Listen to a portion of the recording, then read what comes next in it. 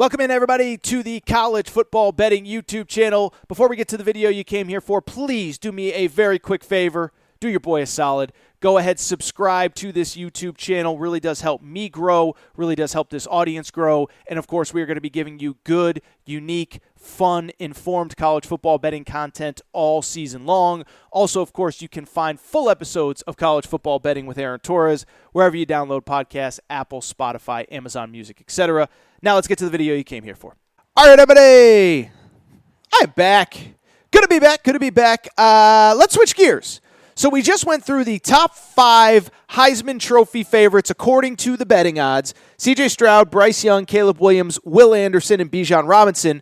And what I want to do now is switch gears to 5 guys that I like that are pseudo dark horse candidates. Okay, so players that are 25-1 or more right now that I believe have a legitimate chance to win the Heisman Trophy, and guys that I would be willing to go to the ticket and throw down a couple bucks to bet on.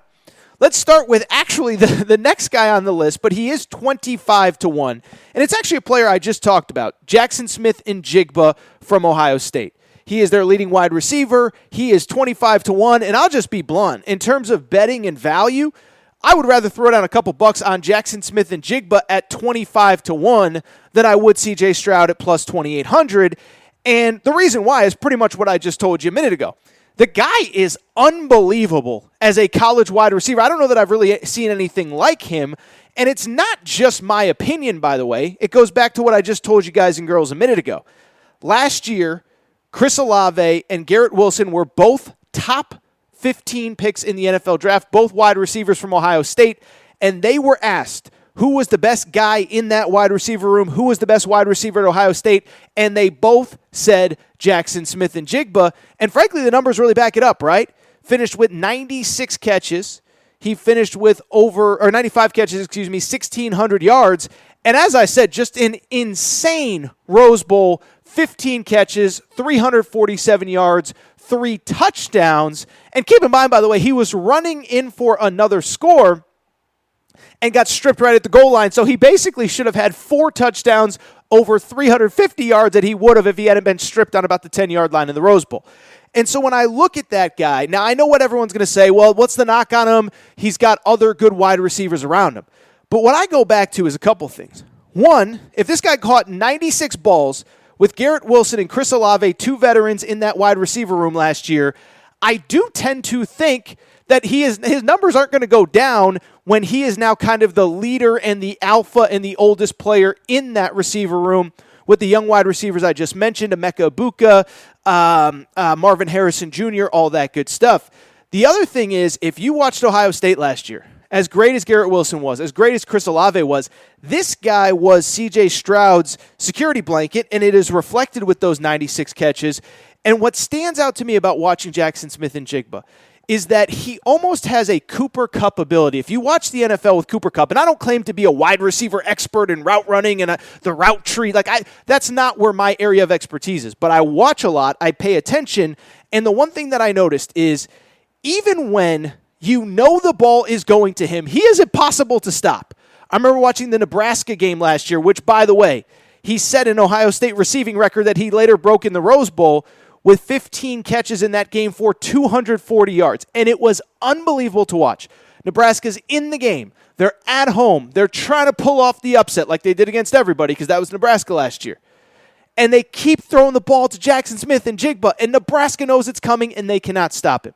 And so at 25-1, I just believe this guy has value for all of the reasons that C.J. Stroud is the favorite. This is going to be a super dynamic offense. This was the number one offense in college football last year. He is C.J. Stroud's security blanket. C.J. Stroud has by far the most reps working with him on the field. I just think this guy is special. I just think this guy is different. And at 25-1, I really do think there's a ton of value there. Let's keep the conversation going, and let's go to 30-1, where the new Oklahoma quarterback, Dillon Gabriel, is at 30-1. And I'll tell you, I truly love this. Like I'm not just giving you names that I don't believe in, and we'll get to in a minute a couple names that I do not believe in. I really think Dillon Gabriel can win the Heisman Trophy, and here's why. I think there's this perception. I've read a lot of preseason stuff and talked to people across the sport, And I think there's just this huge perception that Oklahoma is going to take a huge step back without Lincoln Riley. Now, I think Lincoln Riley is a great coach. This isn't like a tear-down Lincoln Riley segment. But one, Brent Venables I don't know if he's a great head coach, but he's a great defensive mind. Lincoln Riley, to his credit, left the cupboard full. Keep in mind, and I think this is an important part, everybody that's saying that Oklahoma is going to take a step back, Oklahoma had a top 10 recruiting class in 2019. They had a top 10 recruiting class in 2021. Brent Venables helped close a top 10 recruiting class in 2022. You could argue they have one of the 4 or 5 most talented rosters in all of college football. And I also think that there's this idea that the offense is going to take a step back without Lincoln Riley. Now, it's going to look different. Lincoln Riley obviously has, his air raid stuff, his version of it. And again, I don't claim to be an offensive savant. I'm not breaking down, New England Patriots, play calling in the summertime or anything like that. But what I will tell you is Dillon Gabriel, I just think because he played at UCF, I don't think people realize how good he was. But in the last season, in the COVID season, when he only played 10 games, keep in mind, there was only 10 games because of COVID. 32 touchdowns, 3,500 yards in 10 games for the Central Florida Golden Knights, okay? Not great at math, but a 10-game sample size, that's over 3 touchdowns and over 350 yards per game passing for UCF. Last year, Gus Malzahn comes in, different offense. Dillon Gabriel gets hurt. But I do tend to think that Dillon Gabriel is going to put up big numbers, and here's why. You know who Dillon Gabriel's play caller was at Central Florida that year? It was Josh Heupel, who's at Tennessee right now. But you know who worked under Josh Heupel at Central Florida? Jeff Lebby, who is the Oklahoma offensive coordinator this year. So this is why Dillon Gabriel went to Oklahoma, to play for the offensive coordinator that he came to college to play for, to play with a guy that he's comfortable playing with. Remember, Dillon Gabriel was committed to UCLA, and then the day he had to enroll, Caleb Williams hits the transfer portal. He says, boom, I'm gone. I'm going to Oklahoma. And so I just sit there and say it's that simple to me. Elite talent with the play caller that was intended. And here's the other thing. I just kind of talked about the opposite with Bijan Robinson a minute ago, is if things fall apart really quick at Texas. But on the flip side, here's the other thing to consider. If things go really well at Oklahoma, we're going to be looking for a face of things, for the guy that is the difference maker, for the guy that is the reason that Oklahoma is overachieving relative to preseason expectations. It's going to be Dillon Gabriel. I think he is going to have a really good year, and I just really, really like him at 30-1. Let's keep going with the 2 other kind of long shots that I like, and then we'll get to some guys to stay away from. Let's go way down the list at 70-1. And I'm not saying this guy is going to win, or I think he's going to win. I don't think it's inconceivable, though. It's KJ Jefferson, the quarterback at Arkansas. What I would say about this really quick is pretty straightforward, okay? So when a few weeks ago on the Aaron Torres Sports Podcast, that's my personal podcast where I talk about all sorts of stuff and we still talk gambling, do our picks every week, baby. But it's not as gambling heavy of a show. But we do a mailbag segment every Wednesday. And one of the questions that I got in the mailbag about 3-4 weeks ago was from an Arkansas fan. And he said, Aaron, is KJ Jefferson the most underrated player in college football? And in my head, I'm like, no, he's not. Of course not. And then I went and looked at the stats. KJ Jefferson last year, how about this? 21 touchdowns, 4 interceptions, 67% completion percentage. Plus, he also rushed for almost 700 yards and 6 touchdowns. Oh, and Arkansas was one of the great surprises of the entire college football season last year, went 9-4, and this guy, head-to-head, beat LSU, beat Texas A&M, and beat Penn State. And so somebody asked me about him, and I said, he's fine, he's whatever. Here's the bottom line. 67% completion percentage, 21 touchdowns, 4 interceptions. Will Levis, who we'll talk about in a minute, who's getting all this hype, 66% completion percentage, 24 touchdowns, 13 interceptions, and is projected to go way higher. It's worth noting he's plus 5,000 in the Heisman Trophy odds. I'm not saying KJ Jefferson does it. But Arkansas has that nice blend of a tough enough schedule. They have tied for the most preseason teams ranked in the top 25, starting with Cincinnati at home in week 1, where they're going to be constantly kind of being talked about, especially if they're overachieving. But they also have a couple breaks along the way. Last year they played Georgia. This year they don't. They play Alabama at home. They play LSU at home. I'm not saying Arkansas beats Alabama. That's not what I'm saying at all.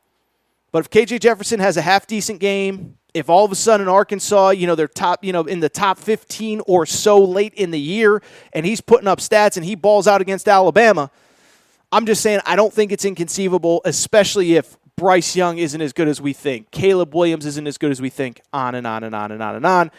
Final long shot. And I actually do like this one at 80-1. It's Jordan Addison at USC. And it's interesting because obviously I just kind of gave you the long form why I don't like Caleb Williams at 7-1 plus 700. But when I look at Jordan Addison, a couple things stand out to me. One, although I don't like Caleb Williams, there are going to be a ton of eyeballs on USC. And two, Jordan Addison's the kind of wide receiver that can make any quarterback look good. And so you look at the raw stats, right? 100 catches last year, 1,500 yards, 17 touchdowns last year at Pitt.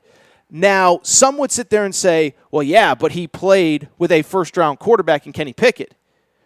Couldn't I flip it around, though, and say, maybe part of why Kenny Pickett was a first-rounder was because of Jordan Addison. Not trying to discredit what Kenny Pickett did, but I'm just saying Jordan Addison is really, really, really good. Now, there's some downsides to it. One, I don't think USC is going to be great. Two, there's more weapons around him at Pitt this year, certainly, or at USC this year than were at Pitt last year. And finally, and I think this is logical, is, I don't think USC is going to be great, like I just said. And I think Caleb Williams, if they are great, will probably get most of the credit for it.